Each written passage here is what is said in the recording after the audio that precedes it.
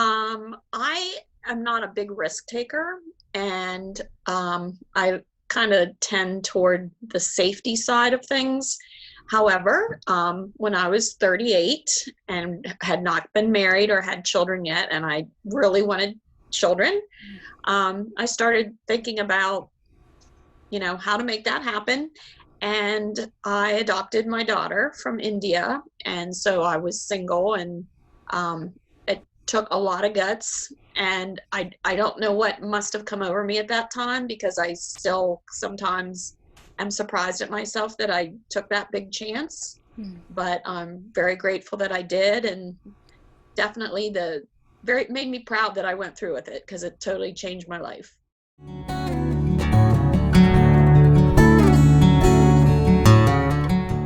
At one point, we were walking around the island, and we were there was a few campers at a time were going to these little places where you could look out. They were like little shelters that you could sit in and kind of look around and stuff. And I remember I was the last one to be dropped off at a sitting point by one of the interns. And along the way, we saw a puffin kind of fly out in front of us and dive down beneath a rock. And we looked, and there was the first hatchling of this season, the first baby puffin that had hatched that season. Wow. That's so like magic. Special. Yeah, it really was. Yeah, we only got to see like part of a little feathery gray body and a little wing flapping, but it was it was amazing. It was absolutely amazing. Oh, that sounds like quite an experience.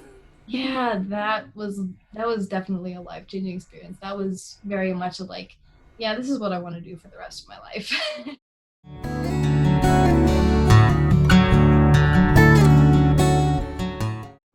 I realized at that point that you need to always have something that you're working toward, some type of goal, whether it's a big goal or a small goal. It might be cleaning out the garage. It might be achieving a next higher level of performance or supervision in a job that you have.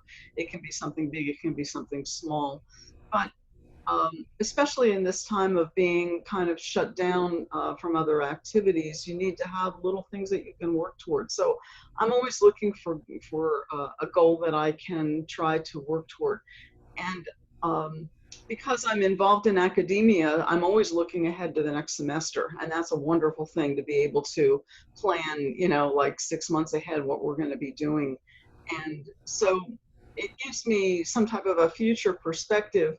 I found lately that one of the hardest things about growing old is that you don't know how much time you have left. So I think you just have to find a way to make every day count and keep challenging yourself and making, your daily activities something that are stimulating for you. So that's my clue is always have something that you're working toward.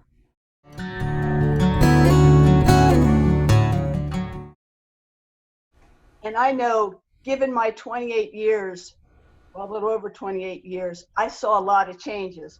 When I first enlisted, I think it was 1978, and military academies were just beginning to accept or to allow females to attend. That's how early on it was.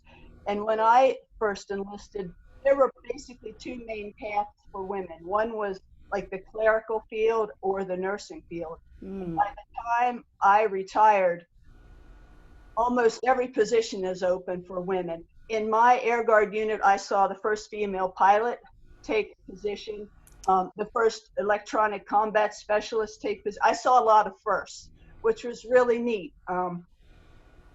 But anyways, yeah, I retired after 28 years in airfield management, and I retired as a Chief Master Sergeant, which is the highest enlisted rank. And that might not sound like a lot, but as a woman, you sort of have to really, really prove herself. Anyways, I'm babbling now. It was a very good experience, very good experience.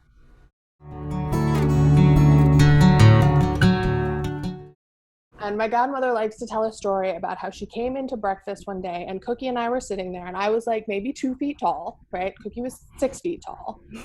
And I had told Cookie that for breakfast I wanted 3 cinnamon rolls, uncooked and uncutted. And so she was getting ready to give me free cinnamon rolls. And my Nanan said, Cookie, you can't give that to her. That's too much. And she said, well, that's what the baby said she wanted. And Nanan said, but that's not what the baby needs. And she said, well, I can't tell her no. And she said, Cookie, you stand up at your full height, you look down at this small child and you say, that's too much, Aya. And she said, oh, I definitely couldn't do that.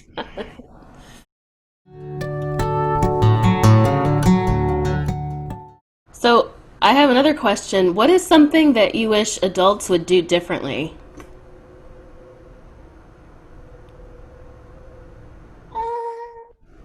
Oh, Don't look at me. well, would love me. Love me, love me, love me, love me, love me. Love you. Give me more hugs, hugs, hugs, hugs, and more. That would make me laugh more harder, and to kiss me on the cheeks. Oh, yeah. Yeah, I miss giving hugs. I miss giving hugs to everybody in church, including you.